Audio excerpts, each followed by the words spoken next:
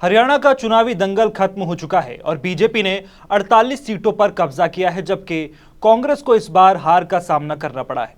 लेकिन अब सवाल मायावती को लेकर खड़ा होता है। क्या आखिर मायावती का प्रदर्शन इस बार इतना बुरा क्यों रहा है? साथ ही चुनावी नतीजे सामने आने के बाद मायावती ने जो post social media platform x पर किया है, उसमें उन्होंने जाटों पर सवाल खड़े कर दिए हैं। और इसमें अब आकाश आनंद की भूमिका आगे क्या रहने वाली है, इसी पर चर्चा करने के लिए हमारे साथ स्टूडियो में हमारे साथ मौजूद है पुष्कर चौहान। पुष्कर जी, मायावती ने सबसे पहला रिएक्शन जाटों को लेकर दिया। आपने भी वो ट्वीट पढ़ा, उन्होंने कह दिया कि जाटों को ये जातिवादी मानसिकता से बाहर निकलने की जरूरत है। दरअसल आप ये सोचिए, 12 से जो मायावती का 2007 में मायावती का सबसे बेस्ट परफॉर्मेंस रहा बसपा का उत्तर प्रदेश के अंदर। उसके बाद 9 में विधानसभा लोकसभा चुनाव हुए जब 9 में, तो उसके बाद पार्टी महज 20 सीटें जीत पाई 80 में। जबकि आप देख रहे हैं कि समाजवादी पार्टी है, ये लोग सत्ता में जब रहते हैं तो कितनी जीते, बीजेपी खास तौर से।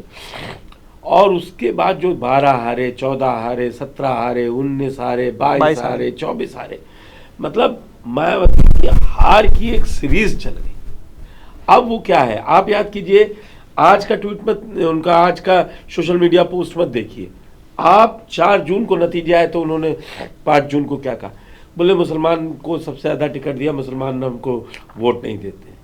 आप किस दम से, मतलब आप किसी धर्म के लोगों को, किसी जात के लोगों को कह सकते हैं जी। फिर कभी आप कह देंगे ब्राह्मण अब चला गया है मेरे पास से, छिटक के हटा दिया, सतीश चंद्र मिश्रा को हटाया पदों से और नया लाए। आपने लॉन्च किया ना अपने भतीजे को 2-2 बार जी। लोकसभा में भी जब वो चल रहे थे, तीसरे चरण के बाद आपने रोक दिया, बोले परिपक्व हैं, मैच्योर नहीं है, हटा दिया। फिर 47 दिन बाद वापसी कर दी। अब की वो हरियाणा में पूरा रथ लेके निकले, चौपाले लगाई गांव गांव, बड़ी 4 संयुक्त रैलियां की। मायावती ने रैली में खुद बुलाया कि आकाश बोलेंगे। आप पारिवारिक आदमी का लॉन्चिंग कर रहे हैं, बार बार लॉन्चिंग कर रहे हैं, कोई फायदा नहीं मिल रहा ना। रिजल्ट क्या आया? सबसे निम्न स्तर का रिजल्ट आया। आप गठबंधन में लड़ने गए, 53 पे INLD लड़ी, उसको फायदा हो गया, वो 2 से 4% पे पहुंच गई, वो 2 सीटें भी जीत गए, और आप 1.82% पर सिमट के रह गए। दरअसल दूसरी बात, आकाश आनंद का हाइप चाहे बसपा नेता, बसपा के लोग जितना भी बनाए, लेकिन अभी वो कन्वर्ट करते हुए नहीं दिखाई दे रहे। वो अपनी मेहनत को रिजल्ट ओरिएंटेड कन्वर्जन में नहीं, कोई सीट नहीं जीते ना। आप मेहनत कर रहे थे, आप टारगेट करते, 2 सीटें टारगेट करते कि इन 2 पे तो जीत के लाना ही है, खाता खोलना है नहीं यूपी में। लेकिन क्या हुआ, आप बड़े बड़े रथों में जाके, गांव में चौपाल लगा के दिखा के, इन सबसे जनता अब नहीं, जनता समझ चुकी है। अब मायावती का आप देखिए, एक आपने ये बताया उनका सोशल मीडिया पोस्ट, उसमें कह रहे हैं उत्तर प्रदेश का जाट समझ गया है, वो हरियाणा का जाट नहीं समझा है। वहां तो वो हमारे यहाँ से विधायक भी बना, मंत्री भी बना, लेकिन इन लोग को जातिवादी। आप इस तरीके से क्यों कह रहे हैं भाई? लेकिन जब आप खुद एक जाति विषय, एक विशेष समुदाय को लेकर बात करते हैं, आप हमेशा दलितों को लेकर आगे चलते हैं। आप सबकी BSP तो बोलती है सबका साथ सबका विकास, सर विकास की बात करती है, बहुजन हित की बात करती है, सर्वजन की बात करती है कि नहीं करती?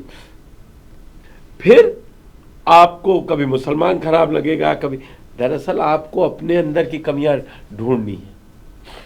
अब आपने क्या दूसरा बोले ये गलत हो गया है थोड़ा, फिर आ गई बोले नहीं, वो इंडिया गठबंधन वाले हरा रहे हैं हमको। इंडिया गठबंधन, उन्होंने अपने पोस्ट में एक बात और कही कि हमारा वोट ट्रांसफर, पहले भी जब यूपी में भी हुआ था तब भी उन्होंने कहा मेरा वोट ट्रांसफर हो जाता है। जब 19 में अखिलेश यादव, आप कोई ट्रांसफर, लोग वोट दे रहे हैं, आप फिर वोट ट्रांसफर हो रहा है तो रिजल्ट में क्यों नहीं निकल रहा है? बिना अखिलेश यादव के लड़ी कितनी सीटें आई अभी आपकी? 22 में भी कितनी आई, 24 में भी कितनी आई? दरअसल बसपा को रिवैम्प नहीं, रीथिंकिंग की जरूरत है। फिर से रीऑर्गेनाइज्ड होके एक तरीके से एक मैं कहता हूं जब तक काशीराम जी रहे तब तक इस पार्टी को अपनी लाइन और लेंथ पता रही और वो चली, और उन्होंने दिखाया कैसे मेहनत करके पार्टी को कहां से कहां तक पहुंचाया जा सकता है। और हर रैली में आकाश आनंद हो या मायावती, वो हमेशा काशीराम के 1990 और 2000 के वो जो नारे तब लगा करते थे, उन नारों को हरियाणा के चुनाव में भी हमने लगते हुए देखा, यूपी के चुनाव में भी लगते हुए देखा। लेकिन आपको जनता मतलब समर्थन नहीं देने को तैयार है, वो देख चुकी है। दूसरा क्रेडिबिलिटी का इशू है, क्रेडिबिलिटी का इशू है। दूसरा, आप एक गोल पोस्ट पे रुक नहीं रहे, अब आप इंडिया गठबंधन वालों को टारगेट कर रहे हैं, क्योंकि अब आपने मुसलमानों को कह दिया है, तो फिर तो उसको मालूम है ना क्या आपको एनडीए लेगा। अच्छा, आप जाना है तो एनडीए में चले जाइए ना, या इंडिया में चले जाइए। नहीं, आप दोनों दूरी बनाएंगे, फिर अलग अलग बयान देंगे, तो ये मुझे उनकी कोई सफल रणनीति नहीं लग रही है।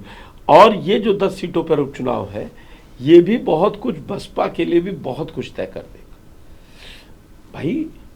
इस बार वो पहली बार उपचुनाव लड़ रहे हैं? नहीं, उपचुनाव हमेशा लड़ते हैं, ये भ्रम है। दरअसल आप 9 में भी लड़े, जब आप सत्ता में आ जाते हैं, पावर में आ जाते हैं तो लड़ते हैं, नहीं होते। अब मायावती के साथ समस्या यही है कि वो जो मूवमेंट के नाम पर पैसा आता है, लोग जुड़ते हैं, वो कहाँ से आया। अब उनको खुद निकलना। 4 रैलियां की, आप देखिए ना कि जनता कहाँ खड़ी है अब आपके साथ, ये सोचना पड़ेगा।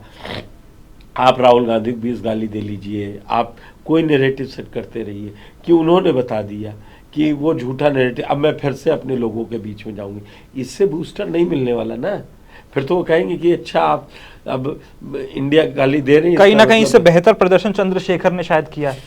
चंद्रशेखर भी फ्लॉप ही रहे, लेकिन बसपा के मुकाबले शायद उन्होंने बेहतर कोशिश की। 23 सीटों पे लड़ रहे थे जी, वो 23 सीटों पे लड़ रहे थे। वहां तो जिनके साथ वो लड़ने गए, बसपा लड़ी, वो तो 2 जीता है जी। ये लड़े तो ये तो जेजेपी के साथ एक भी सीट, जेजेपी तो जो उनके दुष्यंत चौटाला थे वही 7-8 से कम वोट पाए, 5वें नंबर पे रहे। दरअसल ये सोचना पड़ेगा। और आपने जो कहा वो कंपैरिजन होता भी है कि चंद्रशेखर और रावण का या मायावती का, आकाश आनंद, दोनों इस समय फ्लॉप है। लेकिन हाँ, जो आपने कहा चंद्रशेखर आजाद ने दिखाया करके, इसीलिए उन्होंने नगीना जीत के दिखाई जी। बसपा भी लड़ रही थी, सपा लड़ रही थी, कांग्रेस लड़ रही थी, बीजेपी लड़ रही थी, उन्होंने वहां जिताया। लेकिन वहां ये नहीं भूलना चाहिए कि उनको वहां मुसलमानों का वोट मिला एकजुट। वो समाजवादी पार्टी के पास नहीं गया। 83-80 सीटों में अगर देखेंगे तो इकलौती सीट है जहां मुसलमानों ने सपा और कांग्रेस गठबंधन को हटाया। और मायावती सोच रही दलितों को लेके चलना है तो मुसलमानों को गाली दे लो, जाटों को गाली दे लो, फिर मीरापुर खैर गाजियाबाद में लड़ेंगे तो क्या इन लोगों से कहेंगे यहाँ जाट बाहुल लोग नहीं है, इनको नहीं। तो क्या जो पिछड़ा समुदाय जाटमों का जो वोट, जो उन्होंने मान के चल रही थी कि ये वोट उनको मिलेगा हरियाणा इलेक्शंस में, वो भी उनको इतना नहीं मिला, उनका समर्थन भी नहीं। राजनीति ऐसी हो गई है, हर आदमी समझदार है, वोट अपने हिसाब से डालता है। आपको मैं इसी से जुड़ा एक एग्जांपल बताता हूं कि क्यों फेल होते हैं एग्जिट पोल। क्योंकि हर आदमी अपना स्वतंत्र है वोट डालने का।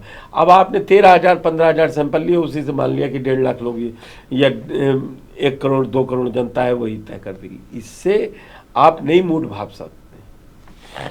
तो अब आकाश आनंद के लिए आगे बड़ी चुनौती क्या रहेगी? क्या मायावती, सबसे बड़ा सवाल ये कि क्या मायावती अब उनको आगे कोई बड़ी भूमिका देंगी?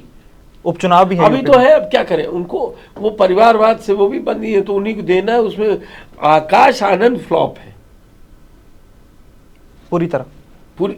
अभी तो यही रिजल्ट बता रहा, अगर हिट होंगे तो उसका गुणगान। और जो यूपी में जो 10 सीटों पर उपचुनाव होने वाले हैं उसको लेकर भी आकाश आनंद देख लीजिए, रवि गौतम गाजियाबाद वाली सीट पे कि पैसा लेके मेरे 15 लाख खा गए, यही सब चल रहा है ना। तो इससे लोगों में छवि क्या जा रही है वो आप समझदार हैं। मुसलमान जहां होगा कुंदरकी में, वो बसपा को अब क्यों वोट देगा? वो तो कह चुकी ना बसपा मुझे वोट ही नहीं देती। मुसलमान वोट नहीं देते, जाट वोट नहीं देते, ब्राह्मणों को पहले भी कह चुकी हैं कि वोट नहीं देते। तो ये इनके लिए वेकअप कॉल है कि अब देखें।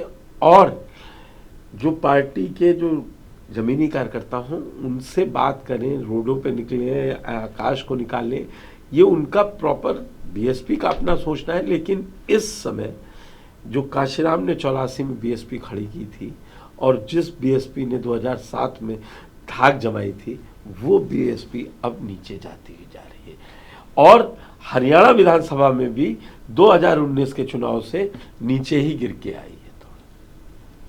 तो साफ मतलब पूरा जो सार इस बात का यही निकल के आया कि अभी भी वेकअप कॉल है, अभी भी चीजें बहुत ज्यादा बिगड़ी नहीं है। अगर हो सकता है मतलब अभी भी तब सवेरा, अगर अभी भी वो चाहें तो हालातों को सुधारा जा सकता है। लेकिन आकाश आनंद को लेकर सभी की नजरें यूपी की राजनीति पर टिकी हुई है। क्या आकाश आनंद यूपी में क्या कोई बड़ा कमाल दिखा पाते हैं या नहीं?